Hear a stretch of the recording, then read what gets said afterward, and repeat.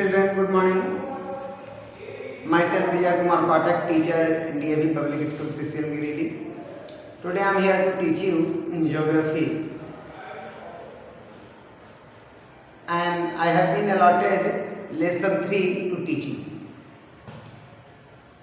Dear children, you know it is the name of the lesson, that is drainage of India, which is also called Apavahdam. Drainage of India. As per that हम कह सकते हैं ये भारत के अपवाह तंत्र की बात कहते हैं इसमें. तो children, as you are aware that in class 9 we are studying India in detail. Here we started studying from the very first lesson where it was given location and setting of India, in which we were made aware about the locational setting, the setting of India, location of India on the map between latitudes, between longitudes. We have also discussed in details why did we select an odd value like 82.5 degree as an SIST, Indian Standard Time of India. I am sure children your teacher must have taught you. In the second lesson, teacher have taught you about the physical features of India, where we have also learnt about the formation of India mainland. We have also gone through continental drift theory by Alfred Wegener. Teacher must have told you about the continental plates into which our earth crust was divided. And here in this very lesson, in previous lesson, that is in lesson 2, you must have divided India into its physiographic division and acquired detailed information about different features one by one. Now it's me who is here to teach you the third lesson of your geography in class 9, and that is the drainage of India and अपवाह तंत्र इसे कहते हैं. तो बच्चों, आज हम लोग यहाँ पढ़ेंगे हिंदुस्तान में जल का मार्ग क्या है, जल के कितने स्रोत हैं. जैसा कि आप सबको पता है, जल ही जीवन है. और आज इस व्यावसायिक युग में, इस कमर्शियल वर्ल्ड में भी बच्चों देख सकते हैं कि जल हमारे जीवन को प्रभावित कर रही है. न केवल जीवन रक्षक जल है, जीवन रक्षक अत्यंत आवश्यक वस्तु है, अपितु आज जल व्यवसाय का एक बड़ा माध्यम भी है. लोगों के अर्थोपार्जन के लिए बड़ा माध्यम है. People are earning lot of incomes by managing water as resource today.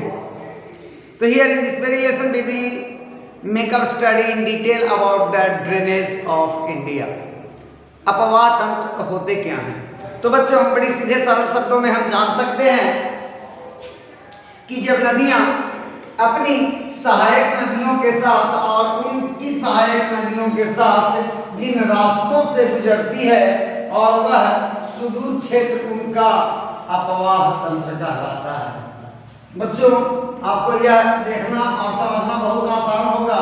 आपने अपने जीवन में भी, अपने दैनिक जीवन में भी आपने देखा होगा, नदियां ऐसी होती हैं और उनके कई सहयोगी नदियां, ट्रिब्यूटरीज, उनमें अपने अपने वाटर को चैनलाइज करते हैं, छोड़ते हैं. तो ये सब देख रहे हैं, they are the tributaries and distributaries of rivers. So the entire area which is drained by a river and its tributaries is called drainage.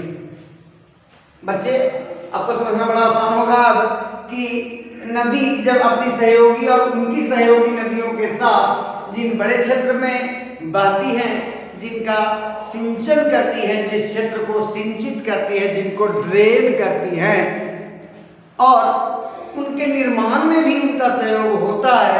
वह बहुत बड़ा क्षेत्र, वह बहुत बड़ी एरिया अपवाह तंत्र कहलाती है, ड्रेनेज बेसिन कहलाता है, ड्रेनेज कहलाता है। I think it is correct now. So बच्चों, आपको ये पिक्टोग्राफी से कुछ बातें समझ में आई होगी। That extensive area which is drained by a major river and its tributaries and with their tributaries is called drainage system, drainage basin. Is it clear children? Here we will discuss about the types of drainage basins. क्या हिंदुस्तान की सभी नदियां एक ही तरह से बहती हैं? First of all, in your it is easy to divide them on the basis of their origin. कहाँ से नदियां पैदा होती हैं, उनके स्रोत कहाँ हैं, उद्गम स्थल कहाँ हैं। तो उद्गम स्थल के आधार पर नदियों के दो बड़े विभाजन किए जाते हैं। नदियों के दो बड़े प्रकार होते हैं। सबसे पहली सतत प्रवाहित नदियां, वो नदियां जो हिमखंडों से उद्गम जिनका होता है, उत्पन्न होती हैं। हिमालय की ऊंची बर्फाच्छादित चोटियों से जिनका उद्गम होता है, उनमें सालों भर पानी रहती है, सतत प्रवाहित नदियां कहलाती हैं। दूसरी वैसी नदियां जिनका उद्गम किसी पठार से, किसी जंगली क्षेत्र से हुआ होता है, जिनमें प्रायः केवल बरसात के दिनों में ही जब बरसात होती है और तभी उन नदियों में पानी आते हैं, इसीलिए वह मौसमी नदियां सीजनल रिवर्स के नाम से जाने जाते हैं। तो dear children, now it is very easy to understand that there are two types of rivers on the basis of origin usually we have, and they are Himalaya, they are perennial rivers and seasonal rivers. Classification of rivers. Classification of rivers on the basis of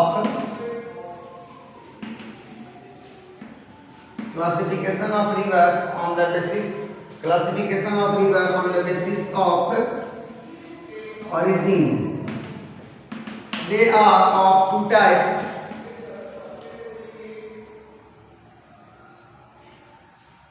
Himalayan river and peninsular rivers.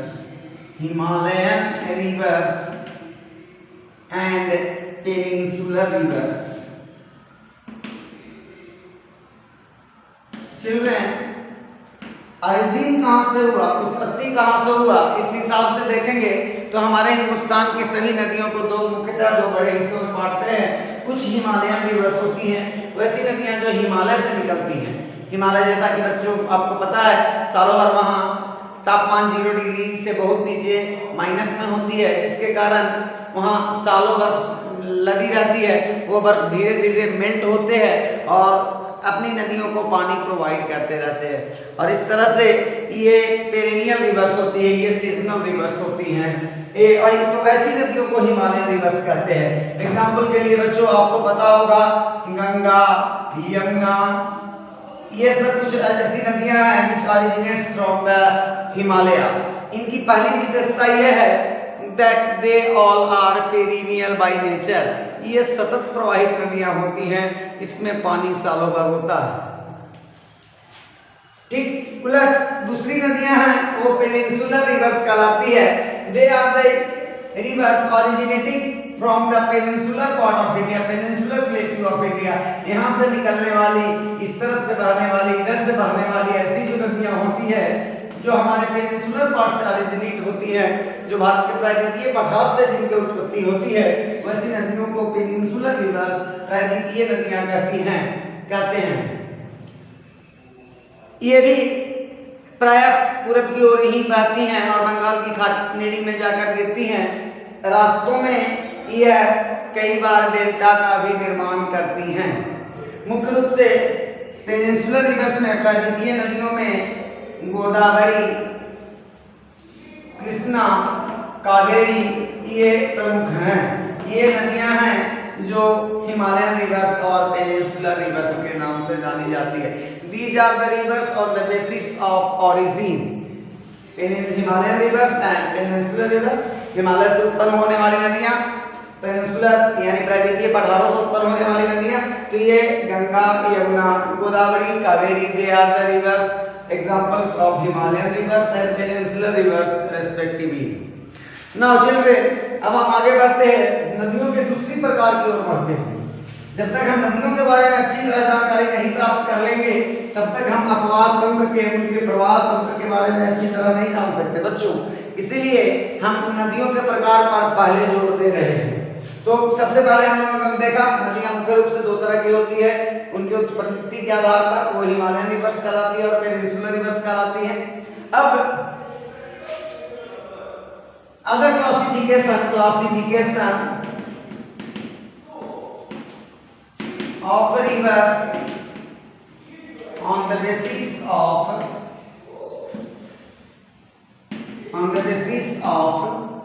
water volume। हम पानी हिसाब से देखते हैं उसमें कितना जल रहता है, कितनी उसकी वॉल्यूम होती है, उस हिसाब से देखते हैं। तो दो तरह की नदियां होती हैं, एक को पेरेनियल रिवर्स कहते हैं, सतत प्रवाहित नदियां, हमने अभी बताया था, और दूसरी सीजनल रिवर्स होती है, जिनको मौसमी नदियां भी कहते हैं, सीजनल रिवर्स। चिल्ड्रन, अब आपको जानना बड़ा आसान होगा, those rivers which are having water throughout the year, चाहे तो आप डिक्टेट भी कर सकते हैं, लिख भी सकते हैं अपनी कॉपी में। Those rivers which have water throughout the year, सालों भर जिनमें पानी होती हैं, वो नदियां पेरिनियल रिवर्स के नाम से जानी जाती हैं। उनको हम लोग सतत प्रवाहित नदियां कहते हैं हिंदी में।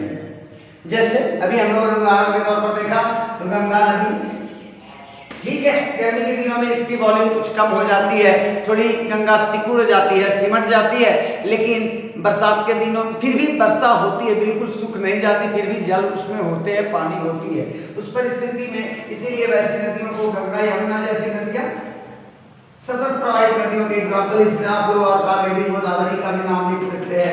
ये सभी नदियां हैं जिनमें सालों भर पानी रहता है, भले मात्रा घट जाती हो, उनके घाट सिकुड़ जाते हैं, लेकिन वो खत्म नहीं होती, सूखती नहीं है। वहीं दूसरी तरफ कुछ ऐसी नदियां होती हैं जो बिल्कुल सीजनल होती हैं, बिल्कुल मौसमी होती हैं। जब बरसात होती है, हमारे क्षेत्रों में भी जब भारी बारिश होती है, उस परिस्थिति में इन नदियों में पानी आता है, अदरवाइज दे रिमेन ड्राई।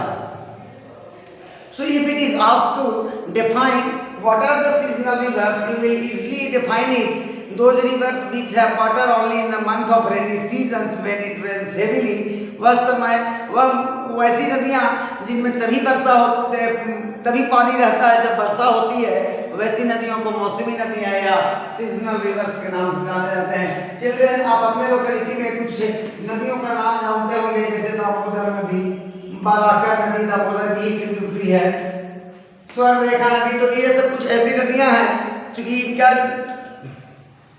इनकी उत्पत्ति प्रायद्वीपीय पठारों से होती है, जंगलों, छत्तीसगढ़ के जंगलों से होती है। therefore since they originates from the peninsular plateau or the central highlands regions of India, having water only in the month of rainy season, and therefore they are called seasonal rivers. Example are the river Damodar, river Barakar, etc. So again we will also divide more and more, we will have more and more classes of rivers। हम नदियों के और कई प्रकार को जानेंगे। अब हम फिर से अपवाह तंत्र की ओर आते हैं। Children, come back to the topic अपवाह तंत्र। जैसा कि आपको पता है, नदियां जब अपने रास्ते बहती हैं, I think when a river is flowing through its way, it is passing through three different stages, and they are, you children sure know that they are upper stage or mountain stage, upper course or mountain stage, middle course or plain stage, or lower course or delta stage. These are the three courses of rivers. So before knowing about the drainage of India, it is needed to know about the three different stages of rivers. So children, you must write here courses of rivers, courses of rivers. A river usually complete its entire journey like the human life, as we are also completing our life journey in 3 different stages. मानव भी अपनी जीवन यात्रा को 3 मुख्य हिस्सों में विभाजित करके निभाता है, बचपन, जवानी और बुढ़ापा। ठीक उसी तरह the rivers are also spending their completing their life journey in 3 different stages. वह है upper course, middle course and lower course. They are the 3 courses of river. As we are spending our life in 3 different stages, similarly a river is also completing its entire life journey in 3 different stages.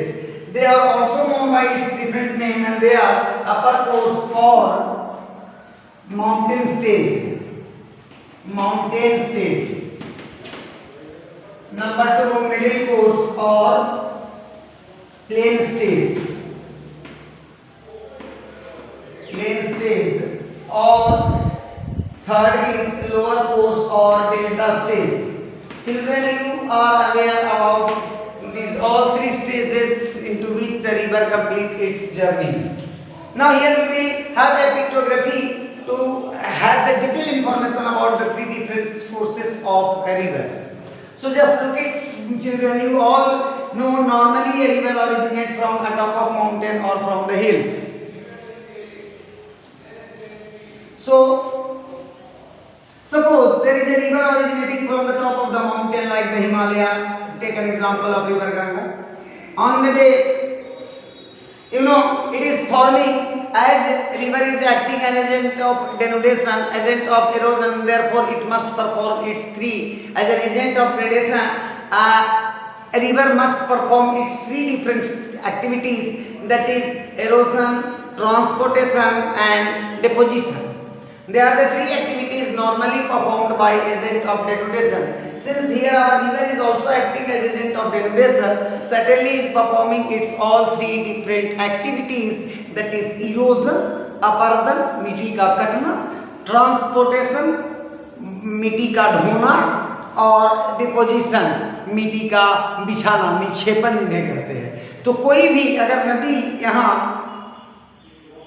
अपर्दन के माध्यम के रूप में काम कर रही है, जमीन को समतल करने के लिए नेचुरल एजेंट के रूप में अगर काम कर रही है, तो यह मुख्य रूप से 3 बड़े काम करती है। पहले मिट्टी का कटाव करती है, कटे हुए मिट्टी को ढुलाती है और ढोती है, और तीसरी अंत में जब उनके बस में नहीं होती है तब उसे वो बिछाना शुरू करती है, डिपॉजिट करना, निक्षेपित करना शुरू करती है। तो हम यहाँ पिक्चर के माध्यम से देखेंगे, इस डायग्राम के माध्यम से देखेंगे कि कैसे एक नदी अपने रास्ते में किन किन तरह की एक्टिविटीज को परफॉर्म करती है और कौन कौन से लैंडफॉर्म्स का फॉर्मेशन होता है। So here we will devote this period here in knowing about the courses of rivers as it is passing its 3 different stages in or its complete life in 3 different stages, that is upper course, middle course और lower course। तो children हम यहाँ देखेंगे, अगर कोई नदी किसी पहाड़ की चोटी से उत्पन्न होती है, as you know, कि पहाड़ की ढलानों पर ढलान का मदद मिलने के कारण नदियों की गति बड़ी तेज होती है। As it gets the support of the slope of the mountain, suddenly its speed raised, गति तेज हो जाती है, and is capable enough to erode anything else what it is there on the way। और चूंकि यहाँ इनकी गति इतनी तीव्र होती है कि रास्ता में पाए जाने वाले सभी चीजों को अपने साथ बहा लेती है, washing them away with, अपने साथ बहा कर ले जाती है, बड़ी बड़ी चट्टानों को भी बहा कर ले जाती है।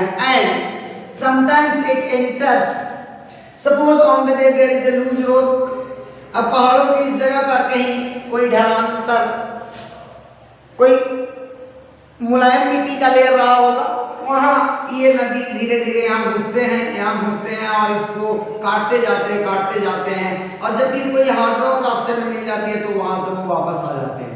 इस तरह से ये नदी वापस आ जाती है, स्टार्टेड गोइंग बैक। यहाँ से चल रही थी, यहाँ घुस गई, फिर यहाँ से वापस आकर इस तरह से चलने लगी। बच्चे आप समझ रहे हैं? एक नदी पहाड़ की चोटी से बहकर आती है, रास्ते में कहीं मुलायम चट्टान मिल जाता है, यहाँ ये घुस जाती है, घुसकर यहाँ की मिट्टी को काट कर बाहर निकाल देती है, फिर अपने रास्ते आती है। So now there is a picturesque formed by the river. अब पहाड़ की इस ऊंची ऊंचाई पर इस नदी के द्वारा बनाई गई एक भू आकृति का निर्माण होता है, एक फिजिकल फीचर का फॉर्मेशन होता है, जिससे जो इंग्लिश अल्फाबेट के वी की तरह दिखता है, इसलिए इसका नाम वी शेप्ड वैली होता है। वी शेप्ड वैली होता है।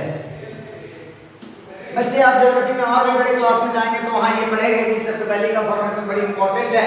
कोर्सेस ऑफ रिवर्स के बारे में हमें जानना जरूरी है। तो व्हाट आई मीन टू से कि जब नदियां being acts as an agent of gradation, जब वो एक ग्रेडेशन के रूप में, अपरदन के कारक के रूप में इसमें काम करती है, तो उस परिस्थितियों में जब नदियां पहाड़ की ढलानों पर बड़ी तीव्र गति से बह रही होती है, वह उसकी जवानी के दौर होते हैं, तो अपने साथ बड़ी चीजों को बहा कर ले आती हैं और रास्ते में कई तरह की भू आकृतियों का निर्माण करती है, फिजिकल फीचर्स का फॉर्मेशन करती है। They are one of them is V shaped valley. तो मैं समझता हूं चिल्ड्रन आप इस पिक्चर की मदद से इसको समझना बड़ा आसान हो रहा है। अब आगे देखते हैं। Suppose there was a huge rocks on the bay of that river on the top of the mountain। अब पहाड़ पर जब नदी फिर यहाँ से वी शेप्ड वैली बनाने के बाद यहाँ से चलना शुरू करती है, तो अब रास्ते में एक बड़ी चट्टान आ जाती है, which is difficult to erode easily by the river। जो अब इस पानी के द्वारा इसको बहाना बड़ा मुश्किल था। so now it starts making a sudden fall। अब देख रहे होंगे यहाँ से नदी ऐसे बह जाती है और इस चट्टान से ऊपर की ओर बह रही है।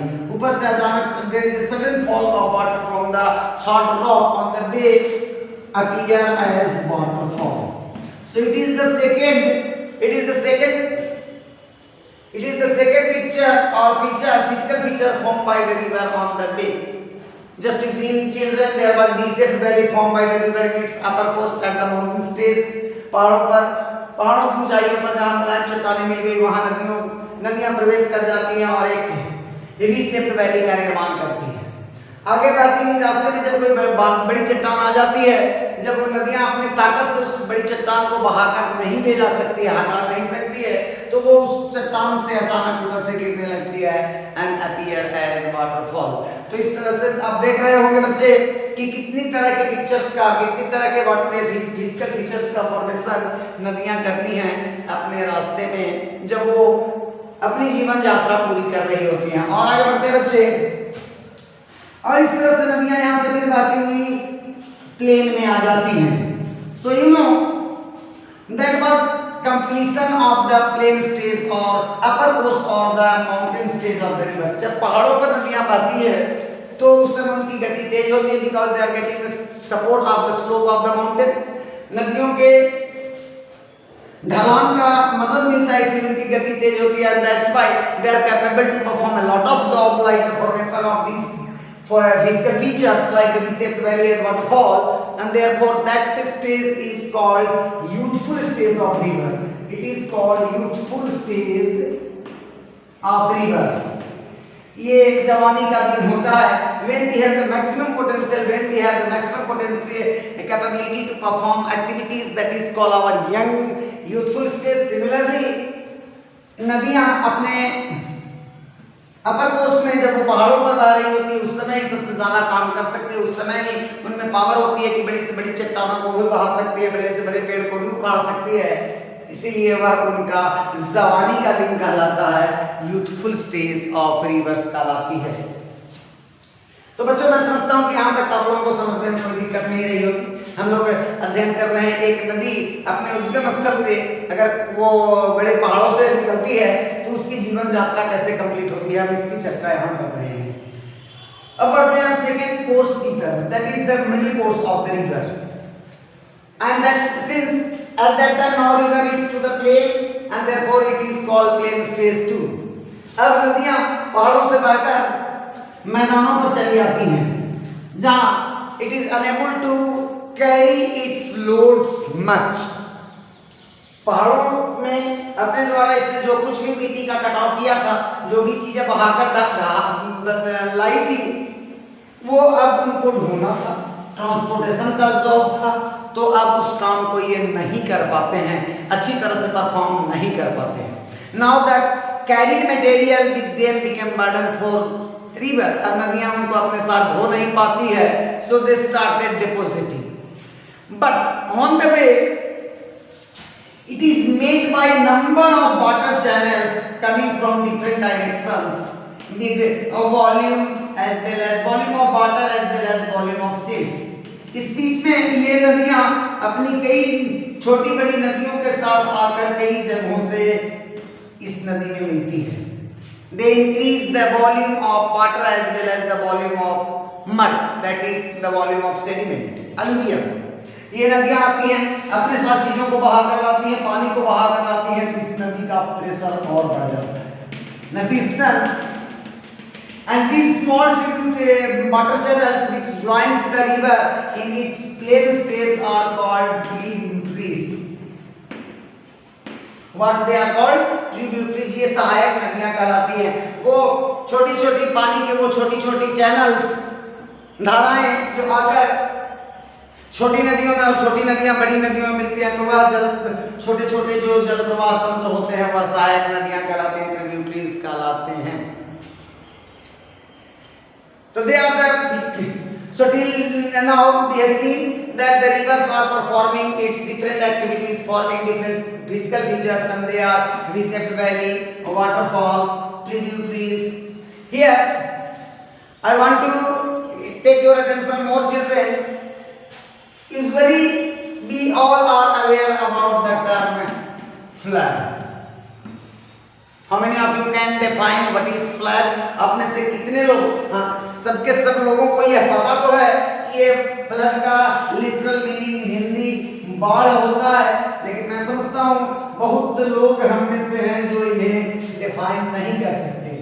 हम अगर पूछते हैं कि यह बाढ़ क्या है तो लोगों के अलग अलग जवाब होते हैं, but geographically it is defined as when a river flow beyond its normal course, the situation is called flood। बच्चे समझ सकते हैं, अगर ये नदी का नॉर्मल कोर्स है, अगर एक नदी ऐसे ऐसे बहती है, यह इसकी नॉर्मल कोर्स है, और जब किसी कारण से, कई कारण होंगे अभी हम लोग उसकी चर्चा करेंगे, जब किसी कारण से नदियां अपने नॉर्मल कोर्स से, उनकी जो सामान्य धारा है, सामान्य पथ उससे दोनों तरफ फैलकर बहने लगती है, तो यह किनारे पर फैले हुए जो पानी होते हैं वह बाढ़ कहलाते हैं। बच्चों, चूंकि हमारा गांव, हमारा बसाव इन्हीं नदियों के किनारे पर, इन जगहों में होती है, और जब नदियों के सामान्य पथ से, सामान्य सीमा से दोनों किनारे पर बरसात की पानी ज्यादा बहने लगती है, उस परिस्थिति को बाढ़ कहते हैं। जैसा कि बच्चों हमें पता है, बाढ़ एक विभीषिका के रूप में हमारे सामने आती है, बड़े पैमाने पर जान माल की नुकसान करके जाती है। अतः हम कह सकते हैं कि बाढ़ रोका जाना चाहिए। लेकिन बच्चों, आपको यह पता होगा कि किसी साहित्यकार ने ठीक ही कहा है कि हर अमंगल कार्य के पीछे भी कुछ न कुछ मंगल कार्य छुपे होते हैं। यहाँ भी हम उसी बात को दोहराना चाहूंगा, इन सिचुएशन ऑफ फ्लड, अगर बाढ़ की परिस्थितियां होती हैं, there is nothing but the loss, वहां सिर्फ नुकसान ही नुकसान होता है। इवन देन, फिर भी we are having a ray of hope inside it, उसके भीतर में भी हमें आशा की एक छोटी किरण दिखती है, और वह यह है बच्चों कि बाढ़ कुछ घंटे रहती है, कुछ दिन रहती है, बहुत तो कुछ सप्ताह रहती है, इससे ज्यादा बाढ़ नहीं रहती है। आज में कल बाढ़ में जो किनारे से बाहर फैले हुए पानी है, किनारे पर फैले हुए पानी है, वो धीरे धीरे करके नदियों में वापस आ जाती हैं। लेकिन उनके साथ जो किनारे पर उपजाऊ मिट्टी बिछ गए थे, या जो डिपोजिशन सेडिमेंट्स का हो गया था, एल्यूमिनियम जो बन गए थे, ये बड़े ही उपजाऊ मैदान के रूप में उभर कर सामने आते हैं। बच्चों, तो समझ सकते हैं, इट इज ठीक है, बाढ़ आई, हमारा बहुत जानमाल का नुकसान हुआ, लेकिन बाढ़ के बाद किनारे पर के जमीन बड़े उपजाऊ मैदान के रूप में उभर कर आते हैं, कई गुना फसल का उत्पादन करके देते हैं। इसीलिए इन्हें they are the plain formed by the flood and therefore they are called flood plain। They are called flood plain, ये बाढ़ के मैदान कहलाते हैं। बच्चों मैं समझता हूँ यहाँ तक आप लोग समझ चुके होंगे कि एक नदियाँ जब अपनी जीवन यात्रा पूरी कर रही होती है, एक नदी जब अपनी जीवन यात्रा पूरी कर रही होती है वह भी 3 डिफरेंट स्टेजेस में चलती है, अपर कोर्स, मिडिल कोर्स और लोअर कोर्स। हम लोग 2 तरह की बात कर ली है, अपर कोर्स में नदियाँ क्या करती हैं, मिडिल कोर्स में नदियाँ क्या करती हैं। अब हम लोअर कोर्स की बात करने जा रहे हैं जिसको हम डेल्टा स्टेज के नाम से भी जानते हैं। बच्चे अब ये नदी बहते बहते अपने साथ लाए गए मलबा को, अपने साथ लाए गए सेडिमेंट को आगे बढ़ा नहीं सकती है। नतीजतन उन सबको अब वो बिछाना, डिपॉजिट करना छोड़ देती है। तो अब नदी तो ऐसे ऐसे करके बह जाती है और अपने किनारे पर, अपने मुहाने पर उपजाऊ जो उनके जलोढ़ हैं, जो उनके एल्यूमिनियम हैं, उनको वो ट्रायंगुलर रूप में डिपॉजिट करती हैं। इस ट्रायंगुलर डिपोजिशन को ही डेल्टा कहते हैं। बच्चों मैं समझता हूँ कि आपको आपके प्रीवियस क्लासेस में 8, 9 में, 8 क्लास में, 7 क्लास में कहीं ना कहीं ज्योग्राफी टीचर ने आपको डेल्टा के बारे में बताया होगा। Delta is nothing but A deposition of the alluvium brought down by the rivers and its tributaries in a triangular form at the mouth of river, that is called delta. Very simple. जब नदियाँ अपने साथ लाए गए मलबा को आगे नहीं ढो पाती है तो नदियों में गिरने के पहले अपने मुहाने पर अपने द्वारा लाए गए सारे मलबा को एक त्रिकोणीय आकार में जमा करती है और वही त्रिकोणीय आकार डेल्टा कहलाता है। बच्चों आपको पता होगा हिंदुस्तान ही नहीं दुनिया भर में हमारे देश का सुंदरबन डेल्टा फेमस है, जो गंगा और ब्रह्मपुत्र दो नदी के द्वारा लाई गई जलोढ़ के निक्षेपण से बनी है। यह दुनिया का सबसे उपजाऊ मैदानों में से एक है, क्योंकि हमें पता है कि यह जो निक्षेपण होगा यह नदियों के द्वारा लाई गई जलोढ़ का जो निक्षेपण होगा, यानी plane formed by the river by the deposition of its sediments is certainly will be fertile, वह बड़ी ही उपजाऊ होगा। तो children here we have seen, here we have completed or almost have gone through the 3 different courses of rivers कि एक नदी अगर एक पर्वत से जन्म लेती है और समुद्र में जाकर मिल जाती है तो ये पर्वत से समुद्र तक की यात्रा में वो क्या कुछ चीजों का निर्माण करती है, कैसे कैसे अपनी यात्रा पूरी करती है। तो बच्चों मैं समझता हूँ आज आप लोग इतना अच्छी तरह से सीख लिए होंगे। अब ये नदियों के बारे में जानने के बाद हम फिर से अपवाह तंत्र की तरफ बढ़ते हैं। अपवाह तंत्र के कितने प्रकार होते हैं हमें ये बारे जान लेना होगा।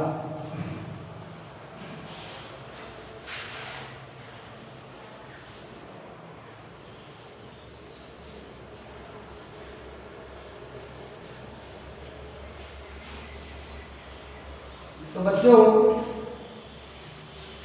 अब हम लोग जानेंगे types of drainage. Types of drainage usually we are having 4 types of drainage. फिर से मैं आपको याद दिला दूं कि अगर परिभाषा लिखने आएगा कि अपवाह तंत्र क्या होता है, ड्रेनेज सिस्टम क्या होता है, तो लिखेंगे the network through which a river flows along with its tributaries and their tributaries is called drainage network, drainage system, or entire area drained by a river and its tributaries is called, which is made up of sand, silt and clay, is called river basin or drainage basin. Here we will discuss about the types of drainage. Children, in your book of NCERT it is given there are 4 types of drainage, and that is dendritic pattern of drainage. Number 2, trellis pattern of drainage. Number 3 is a radial pattern of drainage. and number fourth is rectangular pattern of drainage. So children, just you have seen here, I have written there the four types of drainage in India. Sure, in your exam there will be a question, what are the different types of drainage found in India? You must have to write them: dendritic pattern, trellis pattern, radial pattern and rectangular pattern. They are the four different types of drainage pattern which is found in India. Now here we will discuss them in detail one by one. First of all, you know children, it is a type of drainage pattern in which a river along with its tributaries appears as a branched tree or branches with the tree. Suppose what I mean to say, ऐसी प्रवाह system, ऐसी अपवाह तंत्र जिसमें एक नदी और उसकी, सपोज कोई एक नदी है ऐसे बहती जा रही है, तो उसकी जो भी सहयोगी नदियां होंगी उनको ऐसे ऐसे आकर मिलती हैं।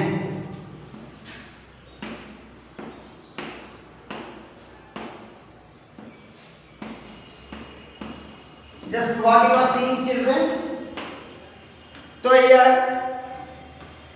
36 over. So what you are seeing children here, that there is a river, की एक नदी बहती है, उसकी जितनी भी सहयोगी नदियां हैं सब के सब उनको ऐसे आकर मिल रही हैं और यह एक ऐसी नेटवर्क बन गई है जो देखकर लग रही है कि एक पेड़ अपनी शाखाओं के सहित पड़ी हुई है, एक शाखा सहित पौधा सामने खड़ी है। तो a drainage network in which river appears as with its tributaries as branched tree, जहाँ वह नदी वह सिस्टम जहाँ नदियाँ अपनी सहयोगी और उनकी सहयोगी नदियों के साथ जब दिखती हैं तो लगता है एक पौधा अपनी शाखाओं के साथ पड़ी है। तो वैसे ड्रेनेज पैटर्न को डेंड्रिटिक पैटर्न के नाम से जाना जाता है। तो चिल्ड्रन आप यहाँ देख रहे होंगे कि कैसे किसको डेंड्रिटिक पैटर्न कहेंगे, वैसी अपवाह तंत्र जिसमें एक नदी अपने सभी सहयोगी नदियों के साथ और उनकी सहयोगी नदियों के साथ एक ऐसी तस्वीर बनाती है जहां लगता है वह एक वृक्ष अपनी शाखाओं के साथ है, तो उस तरह के पैटर्न को डेंड्रिटिक पैटर्न कहते हैं। Over. Now children, moving towards the second one. आप देख रहे होंगे मैं दूसरी अपवाह तंत्र की बात कर रहा हूं। तो हमारे हिंदुस्तान में कुछ ऐसी भी नदियां हैं जो जिनकी सभी सहयोगी नदियां उनसे सिर्फ 90 डिग्री पर ही, बिल्कुल समकोण पर ही आकर मिलती हैं। यह ट्रेलिस पैटर्न कहलाती है। जैसे बच्चों, मैं अब ऐसी कुछ अपवाह तंत्रों की बात करता हूं जहां कि सभी नदियां, सभी सहयोगी नदियां उनको सिर्फ समकोण पर ही मिलते हैं, उनकी सहायक नदियां भी उनको समकोण पर ही मिलते हैं। What you are understanding children? What we are saying that if there is a river, there's a river and its tributaries, their tributaries, but they all are dividing only at right angle. What you are observing? Are you seeing children? So that shows this type of network which appears somewhere else is called dendritic pattern. बच्चों, मैं आपको फिर से एक बार बता देना चाहूंगा, एक ऐसी व्यवस्था, एक ऐसी अपवाह तंत्र जिसमें मुख्य नदियां, उनकी सभी सहयोगी नदियां उनको सिर्फ समकोण पर ही मिलते हैं, केवल राइट एंगल पर ही मिलते हैं। हम देख रहे हैं जैसे कि मैंने तस्वीर में बनाई है, यहाँ डायग्राम में मैंने बनाया है, तो इस हिसाब से कहते हैं कि इस तरह के पैटर्न को ट्रेलिस पैटर्न के नाम से जाना जाता है। It is an example of trellis pattern. For your information children, I want to say you Narmada river basin, Narmada drainage basin is an example of trellis pattern. is an example of trellis pattern. And before that we were discussing about the dendritic pattern. इसके पहले जिस pattern की हमने बात की थी, जिस अपवाद की बात की थी, जिस ड्रेनेज टाइप की बात की थी, वो डेंड्रिटिक था, जिसमें बच्चों हमने बताया था कि वहाँ एक मुख्य नदी अपनी सभी सहयोगी नदियां और उनकी सहयोगी नदियों के साथ ऐसे दिखती हैं जैसे कि एक वृक्ष अपनी शाखाओं के साथ हो, a branch tree appearing over there, and that is it is called dendritic pattern. Here an example of dendritic is Ganga drainage basin. Ganga drainage basin, when river Ganga drains, its number of tributaries, north bank tributaries, south bank tributaries, all meets them, increasing its volume, increasing its sediment, and appearing as branch tree, and therefore is an example of dendritic pattern. Now moving next, that is the third one is radial pattern. बच्चों आपको बता दूं, हमारे हिंदुस्तान में और भी कुछ ऐसी नदियां हैं जिनका निर्माण रेडियल पैटर्न में होता है। कुछ ड्रेनेज सिस्टम ऐसे हैं, actually it is a type of drainage in which a river originates from a dome like structures in different directions. Suppose there is a dome like structure, mountain filled with the glaciers or lakes, and from where number of river originates in different directions, they are also forming a drainage pattern, and they are called a radial drainage pattern. What it is called? A radial drainage pattern. Just you are saying, children, it is a dome-like structure at the top of the mountain, maybe lake, maybe crater lake, maybe ice caps, from where number of rivers originates in different directions, और यहाँ से कई नदियाँ अलग-अलग दिशाओं में निकल रही हैं। एक ही मुख्य सेंट्रल केंद्रीय जल संग्रह है, वहाँ से नदियाँ अलग-अलग दिशाओं में निकल रही हैं, तो ऐसे सिस्टम को, ऐसे पैटर्न को रेडियल पैटर्न कहते हैं। Brahmaputra is an example of river Brahmaputra is an example of that radial drainage system. So children, here with the pictures, with the diagram, I tried my best to explain the different drainage pattern found in India. Fourth one is a rectangular pattern. Some rivers are there which are forming a network of rectangles along with its tributaries and their tributaries, and they are called rectangular pattern of drainage. Suppose a river is flowing like its all tributaries joining in such a way so that it forms rectangle like structures. These rectangles, so these are called, that pattern is called rectangular pattern. Many of the peninsular rivers like Godavari, Kaveri, they all are having the example of this pattern of drainage in India. So children, now I think it is all about the type of drainage.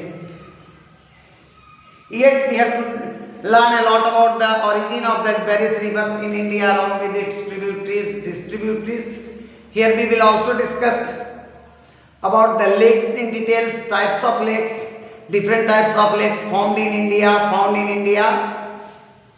In next episode it will be discussed in detail. Here I want to make you aware about one new thing, and that is water divide. The new term before us is the water divide. Children, so now it is the next term which is before us is water divide. हमें जानना होगा what is this water divide is. Actually, it is a highlands or upland, that may be a mountain, that may be a hill, which separates any two drainage basins from each other are called water divide. हम बात करते हैं वैसी स्थलखंड, वैसी उच्च स्थलखंड, उच्च भूमि जो किसी दो ड्रेनेज पैटर्न्स को सेपरेट करती है। जहाँ से दो ड्रेनेज बेसिन अलग अलग हो जाते हैं, ये अलग हो जाते हैं और ये अलग हो जाती है, तो बीच में जो ऐसी होगी उनको वाटर डिवाइड कहेंगे। वैसे हाईलैंड्स को वाटर डिवाइड कहेंगे। There is a question normally asked children, प्राय पूछा जाता है ये सवाल, इज Himalaya a perfect water divide? And your answer would be no, never. Himalaya is not a perfect water divide because it does not separate any two drainage basins. हमारे हिंदुस्तान के किसी भी दो अपवाह तंत्रों को वो अलग नहीं करती है, सेपरेट नहीं करती है, इसीलिए इसे वाटर डिवाइड नहीं है। Just opposite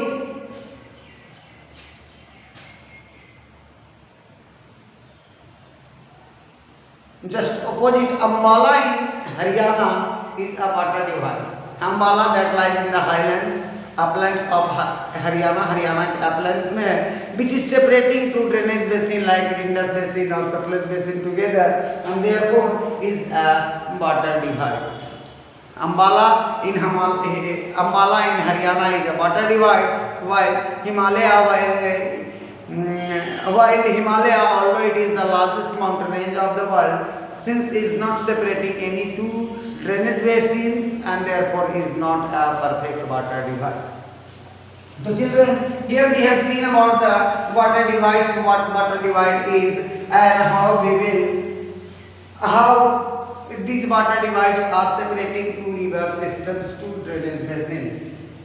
Once again I am repeating the same.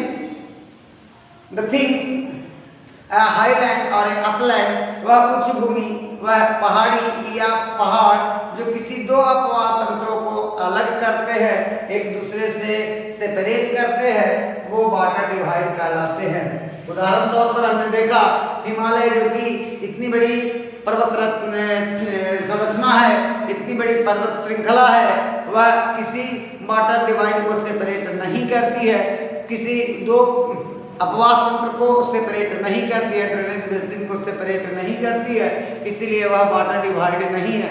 जबकि अम्बाला ऊंचाई में उससे कम होते हुए भी चूंकि दो रिवर बेसिन्स को अलग करती है, इसीलिए वह वाटर डिवाइड कहलाती है। अम्बाला इन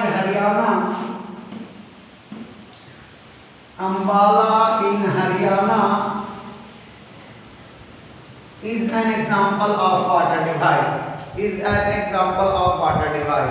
So children, in this way we have almost covered the half of the lesson in this episode. I am revising you all what the terms today we learned, and on that very basis I will give you questions to be written. And the topic is, here today we learned first about what is drainage. जब एक नदी अपने कई सहयोगी नदियों और उनकी सहयोगी नदियों के साथ बहती है तो उस पूरे क्षेत्र को प्रवाह तंत्र, अपवाह तंत्र कहा जाता है। Then we learned about the types of rivers of India. Hindustan में पाई जाने वाली नदियों के मुख्य प्रकार हम लोगों ने जाना। हमने उनके वर्गीकरण के कई आधार चुने थे। सबसे पहले हमने उनकी उत्पत्ति के आधार पर, उनके ओरिजिन के हिसाब से हम लोगों ने उनको दो बड़े हिस्सों में बांटा, वो हिमालय से निकलने वाली नदियाँ और प्रायद्वीपीय भारत से निकलने वाली नदियाँ। They are also called Himalayan rivers and peninsular rivers. Those rivers which originates from Himalaya are called Himalayan rivers, like the Ganga, Yamuna, etc. Himalaya से निकलने वाली सभी नदियाँ हिमालयी नदियाँ के नाम से जानी जाती हैं। दूसरी, प्रायद्वीपीय भारत, हिंदुस्तान के डेक्कन प्लेटू से या सेंट्रल हाईलैंड से निकलने वाली नदियाँ जो पूरब की ओर बहती है या पश्चिम की ओर बहते हुए, नर्मदा ताप्ती जैसी दो नदियाँ जो पश्चिम की ओर बहकर अरब सागर में गिरती है। दूसरी तरफ गंगा, जमुना, महानदी, गोदावरी, कृष्णा, कावेरी जैसी नदी जो प्रायद्वीपीय नदियाँ, खास करके महानदी, गोदावरी, कृष्णा, कावेरी, ये पूरब की ओर बहती हुई और जाकर बंगाल की खाड़ी में गिरती है, अपने मुहाने पर डेल्टा का उपजाऊ डेल्टा का निर्माण करती है। फिर हम लोगों ने पढ़ा पानी के हिसाब से, जल संचय के हिसाब से भी नदियां दो तरह की होती हैं। एक वैसी नदियां जिसमें सालों भर पानी होती है वो सतत प्रवाहित नदियाँ कहलाती हैं। दूसरी वैसी नदियाँ जिनमें सिर्फ बरसात के दिनों में ही पानी होती है वह सीजनल रिवर्स या मौसमी नदियों के नाम से जानी जाती है। Then we learned how a river completes its life journey in three different stages or three different courses. In detail, with the help diagram we have seen that कि एक नदी अब जब पहाड़ की चोटी से निकलती है तो अपने रास्ते में किस किस तरह की भू आकृतियों का निर्माण करती है। हम लोगों ने एग्जाम्पल के रूप में देखा था वी शेप वैली का निर्माण करती है, रास्ते में वाटरफॉल जलप्रपात का निर्माण करती है, फिर रास्ते में उसको कई जब लोअर स्टेज में आती है प्लेन स्टेज में आती है जिसको कि मिडिल कोर्स कहते हैं, वहाँ आकर वहाँ वो कई छोटी सहयोगी नदियों से मिलती है जिसके कारण वहाँ बाढ़ का मैदान का निर्माण होता है, बाढ़ जैसी स्थिति आती है और आखिरी अंतिम स्थिति में जब नदियाँ when it is about to fall into seas before that it starts depositing its alluvium at the mouth in the form of a triangle which is called delta। तो जब नदियाँ किसी सागर या महासागर में मिलने को होती हैं, जब उसको अपने द्वारा लाए गए मलबा को और आगे ढोने में असमर्थता हो जाती है तो उस परिस्थिति में वह अपने मुहाने पर अपने द्वारा लाई गई समस्त जलोढ़ को एक त्रिभुजीय आकार में जमा कर देती है जो डेल्टा कहलाती है। तो ये सब भी हम लोगों ने जाना। बाद में हम लोगों ने बच्चों अपवाह तंत्र के बारे में जाना। अपवाह तंत्र कितने तरह के होते हैं? देयर आर 3 टाइप्स ऑफ और 4 टाइप्स ऑफ ड्रेनेज सिस्टम भी है इन इंडिया। अभी हम लोगों ने बात की थी drainage pattern, dendritic pattern, trellis pattern, radial pattern and rectangular pattern. So they are the 4 different types of drainage we have in India. And now lastly we discuss about water divide.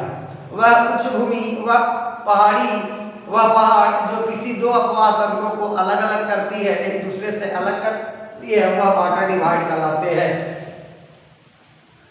जल विभाजक कहलाते हैं। उनका water divide का मतलब जल विभाजक भी होता है। अभी इससे संबंधित एक प्रश्न आपके मन में उठा होगा कि हिमालय चूंकि हिंदुस्तान की सभी से ऊंची पर्वत श्रृंखलाओं में से एक है या सबसे ऊंची पर्वत श्रृंखला है तो यही परफेक्ट वाटर डिवाइड होती, लेकिन नहीं, ये हमारा मिसकंसेप्शन है। एक्चुअली अम्बाला है जो हरियाणा में स्थित है वह वाटर डिवाइड है क्योंकि वह दो अपवाह तंत्रों को एक दूसरे से अलग करती है। तो इस तरह से बच्चों आज मैं समझता हूँ कि आज की पढ़ाई हम लोगों के लिए इतना काफी होगा। अब हम इस पर आधारित कुछ प्रश्न का निर्माण करेंगे जो आप बनाएंगे अपने घरों में बैठकर और मैं उनके उत्तर के लिए भी आपको कुछ न कुछ हिंट दे देता हूँ। जैसे सबसे पहला प्रश्न आज का होगा कि अपवाह तंत्र किसे कहते हैं? What is drainage basin? What is drainage basin? पहला प्रश्न होगा अपवाह तंत्र किसे कहते हैं?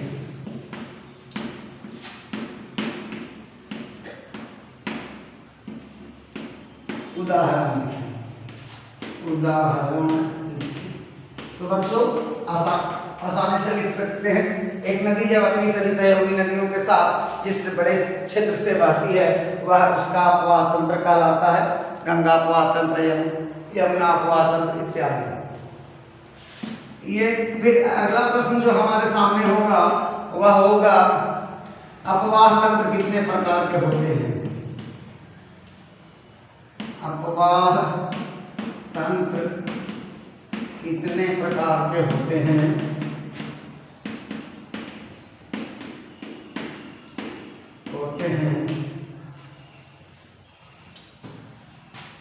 उनका सोदाहरण वर्णन करें या उदाहरण सहित वर्णन करें। उदाहरण सहित वर्णन करें। तो बच्चों ये जो प्रश्न आपका होगा दूसरा, यह थोड़ा बड़ा प्रश्न होगा। इसके अनुसार हम लिखेंगे there are 4 types of drainage basin, dendritic pattern, radial pattern, trellis pattern और रेक्टेंगुलर पैटर्न। उन सबों का डेफिनेशन लिखना है। हमने सबों का डायग्राम बनाकर आपको दिखाया, चाहे तो आप सबका डायग्राम बनाकर भी उसको एक्सप्लेन कर सकते हैं। और तीसरा प्रश्न का जो यहाँ निर्माण होगा और वह होगा नदियों की कितनी अवस्थाएं होती हैं। नदियों की कितनी अवस्थाएं होती हैं। अवस्थाएं होती हैं।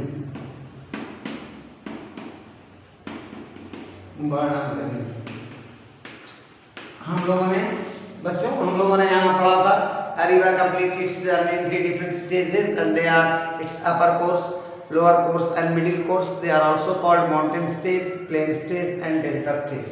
तो इन सबों को भी डिटेल में डिस्कस करना है। और आखिरी प्रश्न है कि जल विभाजक और वाटर डिवाइड किसे कहते हैं। जल विभाजक किसे कहते हैं, उदाहरण दें। किसे कहते हैं, उदाहरण दें। तो वह उच्च स्थल जो किसी दो अपवाह तंत्रों को एक दूसरे से विलग करती है, अलग करती है, वह जल विभाजक कहलाती है। अंबाला हरियाणा में स्थित प्रमुख जल विभाजक है। बच्चों मैं समझता हूँ इस तरह से आज का हमारा एपिसोड खत्म हो गया। आज हम लोगों ने भारत के अपवाह तंत्र के बारे में बृहद व्याख्या की है। आगे के एपिसोड में इससे संबंधित जो और है, भारत की मुख्य नदियाँ, उनकी सहायक नदियाँ, उनका कहाँ से उद्गम हुआ है, उनकी लंबाई कितनी है, वो कहाँ जाकर सागर महासागर में मिलते हैं, इसकी बृहद व्याख्या करेंगे। भारत में झील कितने प्रकार के होते हैं, उनका निर्माण कैसे होता है और इन झील और नदियों का हमारे जीवन के लिए कितना महत्व है, तो ये आगे के एपिसोड में बताएंगे। Children till now you stay at home, stay safe, respect your elders, devote your more time on study. Thank you.